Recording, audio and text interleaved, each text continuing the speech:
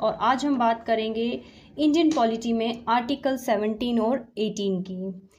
Indian polity में मूल अधिकार या फंडामेंटल राइट सीरीज़ का यह हमारा 5वां लेक्चर है। अगर आप ने फर्स्ट टाइम हमारे चैनल को विजिट किया है या फर्स्ट टाइम हमारे इस लेक्चर को देख रहे हैं तो प्लीज़ प्रीवियस जो चारों लेक्चर्स हैं आर्टिकल से रिलेटेड सबसे पहले उनको देखिए, जिससे आपको मूल अधिकार होते क्या हैं और उनके कितने होते हैं उनके बारे में पता चलेगा। एक बार थोड़ा सा प्रीवियस रिवीजन करवा देती हूँ मैं कि हमने प्रीवियस लेक्चर्स में देखा है कि मूल अधिकार क्या होते हैं, किसे कहते हैं हम मूल अधिकार। तो हमने ये देखा जो मूल अधिकार है हमारे संविधान के भाग 3 में आर्टिकल 12 से 35 तक दे रखे हैं। इस धारणा को जो है अमेरिकी संविधान से लिया गया है और जो भाग 3 है इसे भारत का मैग्ना कार्टा भी कहते हैं। इसलिए कहते हैं क्योंकि इसमें भारत के आधारभूत अधिकार दिए हुए हैं। आधारभूत अधिकार या मूल अधिकार मतलब एक्चुअल में मूल अधिकार होते क्या हैं, तो मूल अधिकार जो होते हैं वे बेसिक राइट्स होते हैं, वे आधारभूत अधिकार होते हैं जो नागरिकों के चहुमुखी विकास, किस प्रकार का विकास, भौतिक, बौद्धिक, नैतिक और आध्यात्मिक का विकास करते हैं। संविधान में मूल रूप से 7 मूल अधिकार दिए गए थे, लेकिन संपत्ति का जो 6 नंबर का अधिकार है, संपत्ति के अधिकार को मूल अधिकार की सीरीज जो आर्टिकल 31 में था यहाँ से हटाकर जो है इसे भाग 12 के आर्टिकल 300A में कानूनी अधिकार बना दिया गया है। और यह सब किया गया था 44 अमेंडमेंट एक्ट के तहत जो 1978 में हुआ था।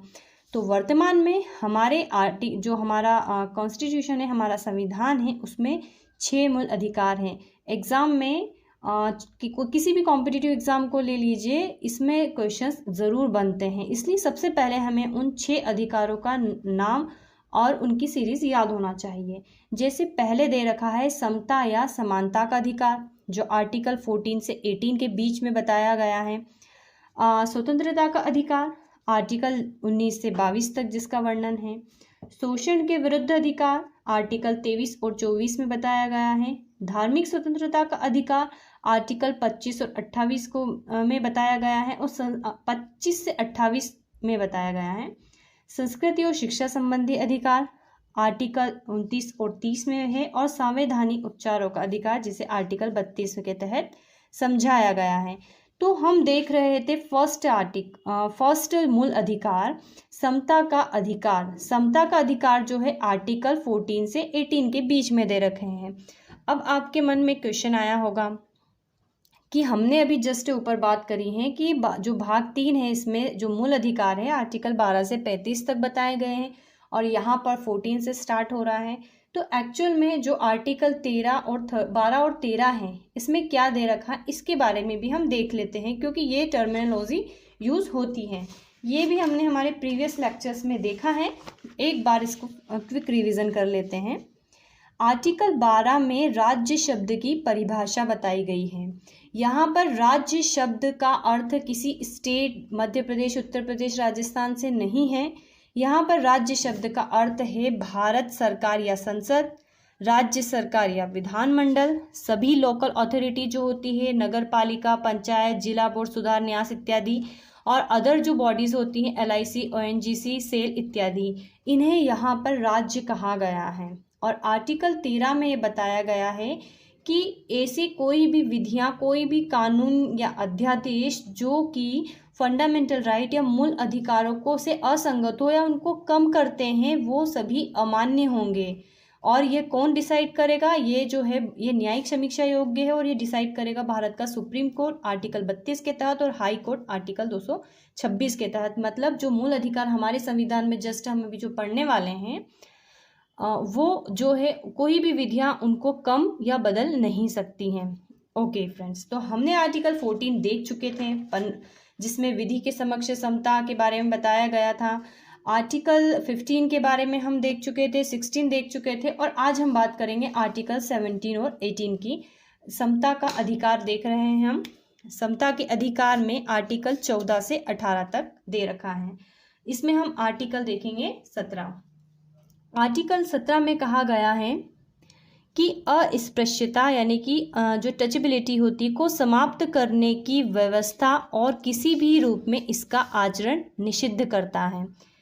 यद्यपि संविधान में इसकी कोई विस्तृत परिभाषा नहीं बताई गई है, लेकिन मैसूर हाई कोर्ट ने इसके संदर्भ में टिप्पणी की थी कि कुछ वर्गों के कुछ लोगों को उनके जन्म एवं जातियों के आधार पर सामाजिक निर्योग्यता। आप भली भांति इस चीज़ से परिचित होंगे कि अस्पृश्यता क्या होती है। आपने देखा होगा या सुना होगा अपने आसपास, जैसे कि कुछ सार्वजनिक कुओं में कुछ स्पेशल जाति के लोगों को पानी नहीं भरने दिया जाता है, कुछ भरते हैं, या फिर मंदिरों में मतलब पहले इस चीज़ को लेकर काफ़ी रूढ़िवादी था। कानून बनाकर इसे खत्म करने की कोशिश की जा रही है। मतलब हमारे संविधान में मूल अधिकार बना दिया गया है कि आप अस्पृश्यता मतलब किसी के जन्म और जाति के आधार पर उससे भेदभाव नहीं करेंगे, तो अस्पृश्यता को समाप्त करने की व्यवस्था और किसी भी रूप में इसका आचरण निषिद्ध करता है। 1955 में इसके रिस्पेक्ट में एक कानून पारित हुआ, अस्पृश्यता अपराध अधिनियम। ठीक है, अस्पृश्यता अपराध अधिनियम को पारित किया गया। आगे जाके इसमें संशोधन हुआ 1976 में और इसका नाम हो गया सिविल अधिकार संरक्षण अधिनियम 1955, सिविल राइट एक्ट, जो 1955 के नाम से जाना जाता है। आर्टिकल 17 का हनन होने पर दंड भी दिया जा सकता है। मतलब आप यदि किसी से अस्पृश्यता के संदर्भ में भेदभाव करते हैं, अस्पृश्यता किस तरीके से होती है, मतलब आप यदि किसी व्यक्ति को सार्वजनिक स्थान में प्रवेश से रोकते हैं, यहाँ पर सार्वजनिक स्थान है, पर्सनल बात नहीं हो रही है, सार्वजनिक स्थान में प्रवेश से रोकते हैं या परंपरागत धार्मिक या दार्शनिक आधार पर अस्पृश्यता को न्यायोचित ठहराते हैं। मतलब आप कहते हैं अरे नहीं भैया हमारे यहाँ तो ऐसा ही होता है, या धार्मिक आधार पर बोलते हैं हमारे धर्म में ऐसा लिखा हुआ है, इस आधार पर आप किसी से भी अस्पृश्यता नहीं रख सकते हैं। आप किसी भी दुकान, होटल या सार्वजनिक मनोरंजन स्थान पर प्रवेश से इनकार नहीं कर सकते हैं। किसी को भी अस्पृश्यता के आधार पर अस्पतालों में अस्पतालों में नहीं रोक सकते हैं, शैक्षणिक संस्थानों में नहीं रोक सकते हैं, प्रवेश को नहीं रोक सकते हैं। आप किसी भी जो अनुसूचित जाति जनजाति है उनकी बेइज्जती नहीं कर सकते हैं, उन्हें शब्दों से भी उनको गलत नहीं बोल सकते हैं। शैक्षणिक संस्थाएं, होटल में हम देख चुके हैं, और डायरेक्टली या इनडायरेक्टली दोनों चीज़ें इसमें शामिल हैं, जिसके लिए 6 माह का कारावास या 500 रुपये का दंड निश्चित किया गया, और भी जो है कंडीशन के आधार पर इनको दंड निश्चित किया जाता है। तो हमने यहाँ पर ये देखा कि आर्टिकल 17 है, इसकी प्रकृति दंडनीय है। मतलब यदि आप ये चीज़ें करते हो तो आपको दंड मिलेगा। आर्टिकल 14, 15, 16 में हमने देखा इस प्रकार मतलब वहाँ पर निषेध करता है कि आपको ये नहीं करना है या ये करना है, लेकिन इस प्रकार से दंड जो आर्टिकल 17 है इसकी प्रकृति जो है दंडनीय है। अब हम बात करते हैं आर्टिकल 18 की। आर्टिकल 18 में बताया गया है उपाधियों का अंत।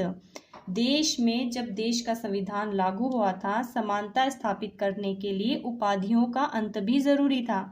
जैसे आपने देखा होगा कि उपनिवेशिक भारत में मीन्स जब भारत गुलाम था, यहाँ पर ब्रिटिश लोगों का अधिकार था या वो राज कर रहे थे, वो कहीं उपाधियाँ चलती थी राजा महाराजाओं के टाइम में। जैसे कि अकबर सेकंड ने मोहन राय को राजा की उपाधि दी, तो राजा राम मोहन राय।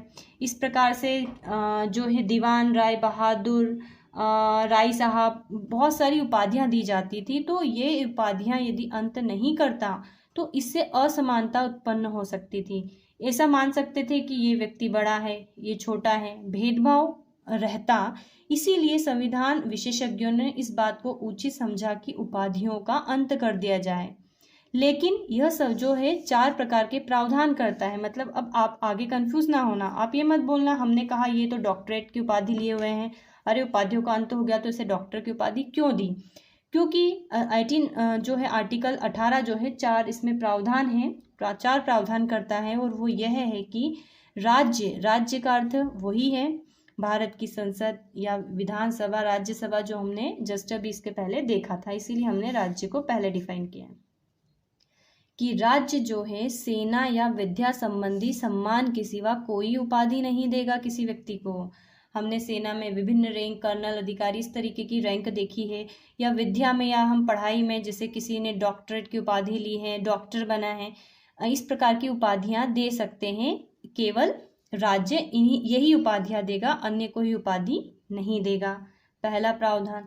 सेकंड में कहा गया है कि भारत का कोई भी नागरिक विदेशी राज्य से कोई उपाधि प्राप्त नहीं करेगा। भारत का कोई भी नागरिक विदेशी राज्य से कोई उपाधि प्राप्त नहीं करेगा। और थर्ड इसका प्रावधान कहता है कि कोई विदेशी राज्य के अधीन लाभ या विश्वास, मतलब यदि कोई विदेशी राज्य के अधीन लाभ या विश्वास के किसी पद को धारण करता है तो वह किसी विदेशी राज्य से कोई भी उपाधि राष्ट्रपति की सहमति के बिना धारण नहीं करेगा। राष्ट्रपति की यहाँ पर परमिशन जरूरी है। इसी प्रकार राज्य जो है, यदि कोई व्यक्ति राज्य के अधीन लाभ या विश्वास के पद पर धारण करता है कोई व्यक्ति, तो वह विदेशी राज्य से राष्ट्रपति की परमिशन के बिना किसी भी प्रकार की भेंट, उपलब्धि या पद को धारण नहीं करेगा। तो इस प्रकार से आर्टिकल में उपाधियों का अंत किया गया है, लेकिन यहाँ पर 4 प्रावधान मुख्यतः